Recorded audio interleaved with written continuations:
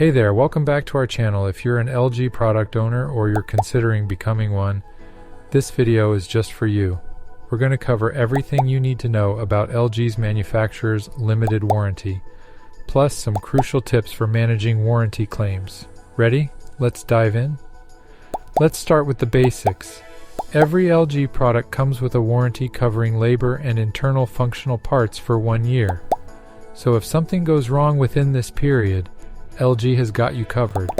But what about after this initial coverage?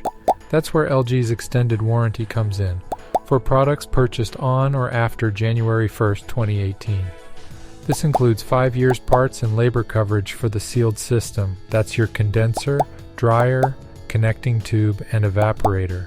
The compressor also gets 5 years parts and labor warranty. LG goes a step further with their linear inverter compressor, offering an extended 10-year parts warranty and 5 years for labor.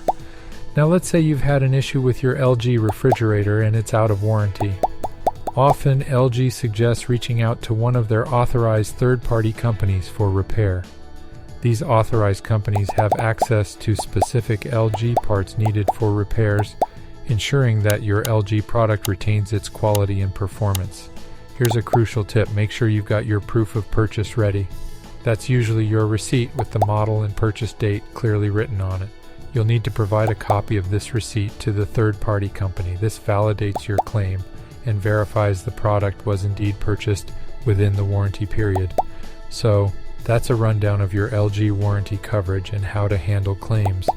Remember, keeping your proof of purchase is vital, so stash it somewhere safe.